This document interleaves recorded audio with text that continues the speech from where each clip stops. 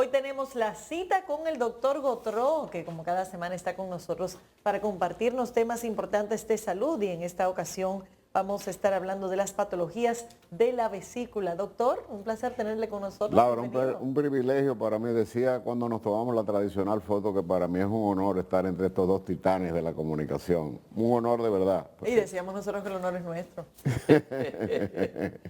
Fíjate, vamos a hablar hoy de la segunda cirugía más frecuente después de la apendicitis que ocurre en el abdomen, que es la vesícula biliar, que les adelanto que no es un órgano vital. ¿Y qué es un órgano vital? Un órgano vital es un órgano que es fundamental para la vida. El corazón, los pulmones, el páncreas, el hígado. Y la vesícula tiene forma de pera, está por debajo del reborde costal, por encima del reborde costal derecho, que es lo que llamamos el hipocondrio derecho. Tiene un diámetro de 5 a 7 centímetros aproximadamente, tiene un cuerpo, tiene un fondo y un cuello, y tiene la capacidad de acumular de 35 a 50 cc de bilis. ¿Y qué papel funciona? ¿Qué hace la bilis? El papel de la bilis. La bilis es formado en la célula hepática que se llama el hepatocito y los lobulillos hepáticos. Se forma la bilis en el hígado, que tiene cerca de 500 funciones. Esa bilis es llevada a la vesícula y entonces, ¿qué papel juega la bilis? Es fundamental para la digestión de las grasas que nosotros ingerimos. Entonces muchas personas nos preguntan, doctor, y hay una enorme cantidad de personas que nos están mirando que están operados de la vesícula, o sea que le hicieron una colecistectomía, y ya es una cirugía muy sencilla porque se hace laparoscópicamente con los famosos hoyitos, que es la cirugía laparoscópica. Y este tipo de cirugía, y entonces ¿qué pasa cuando me quitan la vesícula? Bueno, cuando te quitan la vesícula, generalmente ya esa bilis no tiene a dónde ir como reservorio.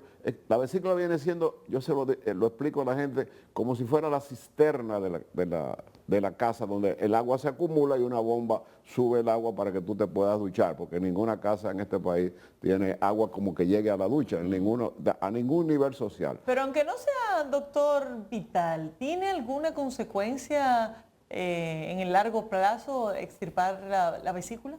No. Fíjate, Ninguna. no, lo que sí tiene es efectos secundarios variables. Por ejemplo, ¿quiénes son propensos a tener problemas de la vesícula y cuáles son los problemas de la vesícula más importantes? Son varios, pero el más importante de todo es la formación de cálculos que se forman en la vesícula, que al ser expulsados, si son muy pequeñitos, pueden tapar el conducto biliar y producir el cólico biliar. Entonces, los colecistectomizados, los operados de vesícula, ¿qué hace esa bilis? Porque es fundamental para la digestión. Esa bilis va directamente al intestino desde el hígado, y por eso muchas personas que nos están mirando, ahí la estamos mirando en pantalla, las vías biliares, muchas personas que están operadas de la vesícula se quejan de digestiones retardadas o de episodios de diarrea frecuente. Hay algunos que hay que darle enzimas digestivas posteriormente, pero en sentido general es una cirugía que devuelve la calidad de vida al paciente, y es tan fuerte el motivo que te llevó a cirugía, que es un dolor insoportable. El cólico biliar, al igual que el cólico nefrítico, es un dolor prácticamente que tú no te puedes movilizar. Es una emergencia médica.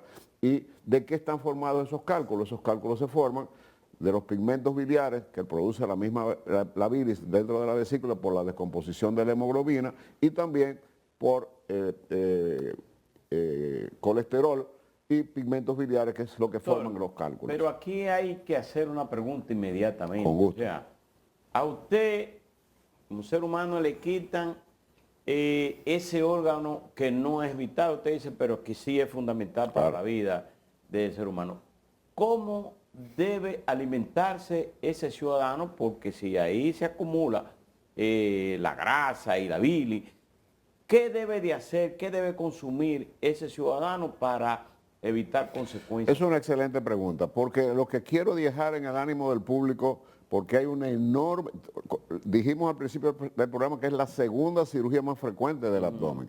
Entonces, la bilis, que es lo que la vesícula acumula, es fundamental para la digestión, sobre todo de las carnes y de las grasas que nosotros, si no, la digestión sería muy pesada. Lo que preguntaba Laura, en el sentido de qué pasa cuando te quitan la vesícula, esa bilis va a ir pura prácticamente al intestino y podría tener efectos secundarios. Pero, por ejemplo, la mujer en la mujer se presenta 3 veces más problemas de la vesícula a nivel de colelitiasis que en el hombre, 3 más mujeres por hombre. ¿Cuáles son los factores que lo desencadenan en la mujer?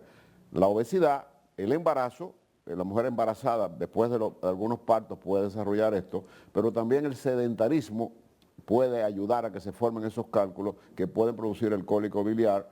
Las personas que le hacen cirugías bariátricas y que pierden una gran cantidad de peso, esa bilis más espesa puede producir cálculos. Casi todos los bariátricos que tú conoces, todos casi han sido operados después de la cirugía bariátrica de la famosa manga gástrica de una colecistectomía.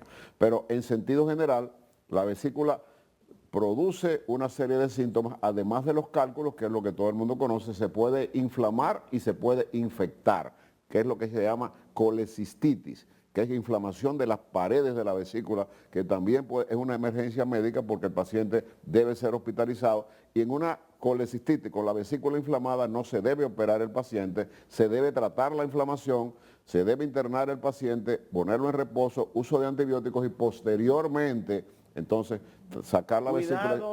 Cuidados para evitar que te extirpen la vesícula y cómo llega a dañarse al ser humano una vesícula. Es correcto, es muy buena pregunta. Son factores predisponentes. El sedentarismo, las personas que no caminan ni hacen ningún tipo de ejercicio, la dieta rica en colesterol, la mayoría de los cálculos pueden ser de colesterol y de bilirrubina. El aumento de los triglicéridos y del colesterol puede ayudar a que esa bilis se espese y haga que la vesícula se dañe. También tenemos los diabéticos. La diabetes tipo 2 es un preludio para tener problemas de la vesícula y sobre todas las cosas la hipertensión arterial, una serie de factores, pero más que todo el sedentarismo y la forma en que esto puede afectar al ser humano desde el punto de vista de que la vesícula, sin ser un órgano vital, es un órgano que puede dañar seriamente la salud de una persona. Una vesícula maltratada, llena de cálculos, puede ser preludio de una afección muy grave que se denomina pancreatitis aguda, que es la inflamación del páncreas, cuando la bilis no puede salir porque el conducto, como ustedes miraron en pantalla, está taponado por uno de los... Es como si fuera una tubería. Si un cálculo de eso sube en el momento en que tu digestión amerita, y lo estamos mirando en pantalla, que la vesícula se vacíe, fíjate que si ese cálculo se enclavó en el conducto cístico, que son las vías biliares, ese paciente, además del dolor, se puede poner amarillo, que es lo que nosotros denominamos una ictericia obstructiva. La ictericia obstructiva se puede resolver antes de la cirugía porque esto puede inflamar el páncreas en sentido general, y el páncreas sí es un órgano vital, y la pancreatitis aguda puede ser necrosante, que pudiera ser mortal en muchos casos. Y antes de que entren ya estas crisis agudas, doctor, ¿hay algún síntoma previo que se pueda identificar? Te están haciendo preguntas médicas, oye, son preguntas muy orientadoras. Definitivamente, si el paciente va a comenzar a sentir antes del cólico biliar digestiones retardadas, o sea, que comen y todavía se sienten 3 o 4 horas llenos, por la espesez de la bilis se pone espesa en la medida que no puede salir rápidamente para suplir las enzimas del intestino hacia el intestino delgado. Y esto es una de las características que puede ocurrir. Posteriormente, comienza como una penita. Hay un signo muy importante que nosotros, el diagnóstico es a base de una sonografía o una tomografía axial computarizada, definitivamente, antes de mandar a operar al paciente. Pero hay algo importante. Hay un signo que cuando el paciente llega al consultorio con el dolor, que se llama el signo de Ryder, que es con la punta de un dedo, no palpando como así, palpando, sino con la punta de un dedo, nosotros hacemos presión y le decimos al paciente que respire, y en la expiración, el choque de la vesícula inflamada con el dedo para automáticamente la respiración, y este signo de Murphy es prácticamente lo mismo que el signo de McBurney en la apendicitis. Cuando se presiona es por la infección que ya tiene el órgano, y solamente con tocar el dedo nosotros ya sabemos que ese es un paciente que debemos comprobar el diagnóstico, no porque el signo de Murphy esté positivo lo vamos a mandar a operar. Hay que hacer una sonografía abdominal y va a depender muchas veces. Todo el que tiene cálculos tiene que operarse urgentemente. Todo va a depender del tamaño de los cálculos. En el caso de que haya cálculos que se hayan formado en un tamaño considerable en relación con el conducto, que sabemos que no lo va a taponar, ese paciente podría esperar, debería perder peso si está en sobrepeso, debería controlar su diabetes, si es diabético, debería controlar su dieta, como dice Alberto, controlando sobre todo el exceso de carbohidratos y de grasas saturadas, porque el colesterol se forma en el hígado y es precisamente ese exceso de colesterol en esa bilis lo que hace que esos cálculos se puedan formar. Entonces, esos pacientes tienen que tener una alimentación permanente. Totalmente, sobre todo los primeros, esa fue la pregunta que me hizo Laura, sobre todo en los primeros 6 meses de la postcolecistectomía, que es la cirugía de vesícula, el paciente puede experimentar alguno que otro digestiones retardadas, como esa bilis va muy pura, directamente porque la vesícula reposa en lo que es necesario, aquí la bilis va directamente para suplir las necesidades de que nosotros tenemos que digerir nuestras digestiones, sobre todo de las grasas, de las carnes y de las grasas saturadas que ingerimos, pues este tipo de pacientes en ocasiones se puede dar ese tipo de queja, de sensación de pesadez, molestia, diarreas, o esteatorrea, que es lo que se puede ver. Ese tipo de paciente va a tener evacuaciones que la puede mirar como grasosas, que es prácticamente... ¿Es una operación simple, es una operación...? Súper sencilla, súper sencilla. Es una operación en manos expertas. La cirugía laparoscópica ha tenido una evolución impactante. Ya hasta la oncología, las cirugías de cáncer se están haciendo a través de la cirugía laparoscópica. Ha sido una revolución de un antes y después. ¿Por qué? Porque es una cirugía mínimamente invasiva. Con 3 puntitos se echa y se dilata en la parte del abdomen, entre la parte donde nosotros tocamos y el peritoneo, y esa cirugía, que no va a durar más de 1 hora, va a acortar el periodo de hospitalización del paciente, que es el verdadero avance. Tiene que hospitalizarse. Sí. Obligatoriamente, tiene que, pero una cirugía cuando la época de nosotros era como decimos popularmente, era un sajazo de aquí a acá. Sí. Aquí con 3 punticos el paciente se va a quedar reposo. Un paciente que se opera a esta hora de la mañana, con una muy buena evolución, se pasa un par de horas en cuidados intensivos y posteriormente 24 horas después está en su casa y a la semana está haciendo vida normal.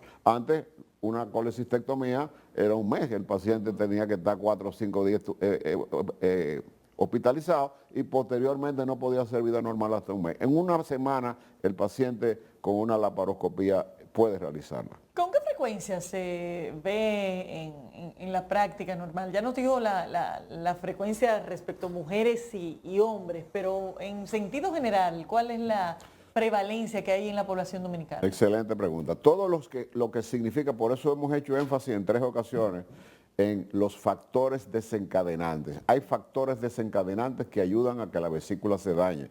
Y la vesícula se daña cuando la bilis comienza a tener alteraciones, porque la vesícula no produce bilis. La vesícula simplemente recibe la bilis del hígado, la acumula y la envía cuando tú comes grasa, o que te comes un dulce, o comes una fritura, o comes cualquier tipo de comida fuera de que no sea una dieta muy suave. Inmediatamente el intestino delgado pide que no puede digerir esa grasa y esa es la labor de la bilis a través de los conductos biliares, el conducto cístico, el conducto común, y es a través de ese conducto que nosotros logramos que esa bilis pase al intestino y se haga una digestión factible. Pero es súper común que los factores desencadenantes, cuando tú ves una persona pasada de peso, cuando tú ves una persona que no quiere caminar, una persona sedentaria, una persona con hábitos tóxicos, una persona que tiene una dieta completamente desbalanceada en cuanto a lo que significa exceso de hidratos de carbono. Los hidratos de carbono son fundamentales para la vida,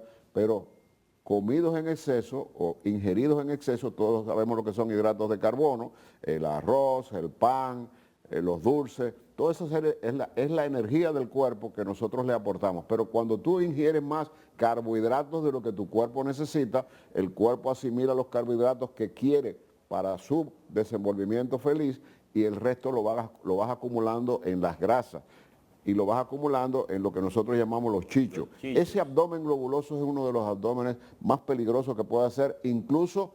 Esto es importante que ustedes lo entiendan, para que la gente comprenda que un estilo de vida saludable es fundamental para una buena salud.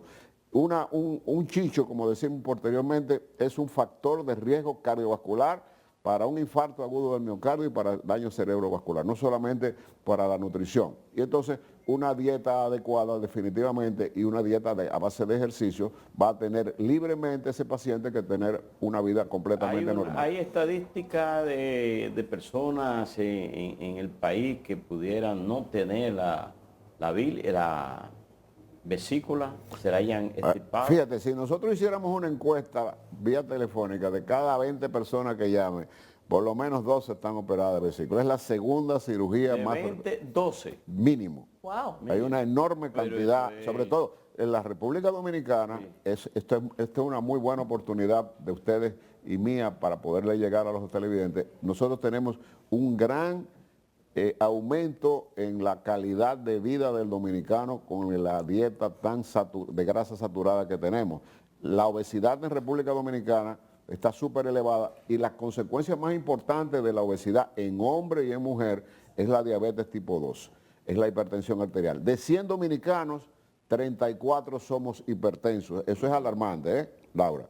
De 100 dominicanos, 34 somos hipertensos. Y de cada 100 dominicanos, 14 somos diabéticos. Entonces, la diabetes, la hipertensión, la calidad de vida y la enorme cantidad de grasa saturada que ingerimos los dominicanos, nosotros en sentido general no tenemos una dieta saludable a nivel de la población. La obesidad aquí, tú ves la enorme cantidad de personas y como hay cantidad de personas que están llegando a obesidad mórbida. Una cosa es que tú tengas 8, 9, 10, 15, 20 libras de exceso de peso, pero con la masa corporal, después que pasó de 32, que depende de la estatura del paciente y de la contextura física, y si llega a 40 ya es mórbida, y la obesidad mórbida es prácticamente tú estás en un volcán hacia la muerte, porque un obeso mórbido que no toma medidas adecuadas, lamentablemente, un obeso mórbido me refiero a 250, 200, 300 libras, lamentablemente es prácticamente cuestión de tiempo, es una bomba de tiempo que va a explotar. Bueno, y lamentablemente son gente jóvenes, son muchachos jóvenes y la obesidad, llamo la atención de que la obesidad, la diabetes nos está arropando, está creciendo permanentemente. Se calcula, por ejemplo, estadísticas serias del país más desarrollado del mundo, que en los Estados Unidos, para el 2030, el 14% de los niños que tienen hoy entre 8 y 14 años van a ser obesos mórbidos. Y eso es muy preocupante porque es una sociedad de un consumismo de grasa saturada enorme. ¿Qué es lo que prima en los Estados Unidos? No es la comida saludable, es la comida chatarra. Toda esa serie de hamburgues, papas fritas, las cocalecas que cogen los niños, la cantidad de dulce que se le da, las colas que son riquísimas en azúcar, le hace muchísimo daño. Las mamás, tú que eres una mamá joven con niños jóvenes, debieran comenzar a pensar que esas bebidas carbonatadas con esa enorme cantidad de dulce, no solamente pueden dañar en futuro de la salud de sus hijos en los próximos años, sino que también van a afectar la dentadura. El exceso de dulces en un niño entre 8, 9, 10 años o de 4, 5, 6 va a afectar su dentadura y va a ser el futuro de lo que va a ser un ser humano con complicaciones importantes. Doctor Gautreau, muchísimas gracias. Gracias a ustedes. Es un honor tenerlo siempre aquí. Señores, así concluimos la consulta con el doctor Gautreau, en esta ocasión hablando sobre los problemas de vesícula. Gracias, doctor. Así vamos a una pausa, pero enseguida volvemos. No se vayan.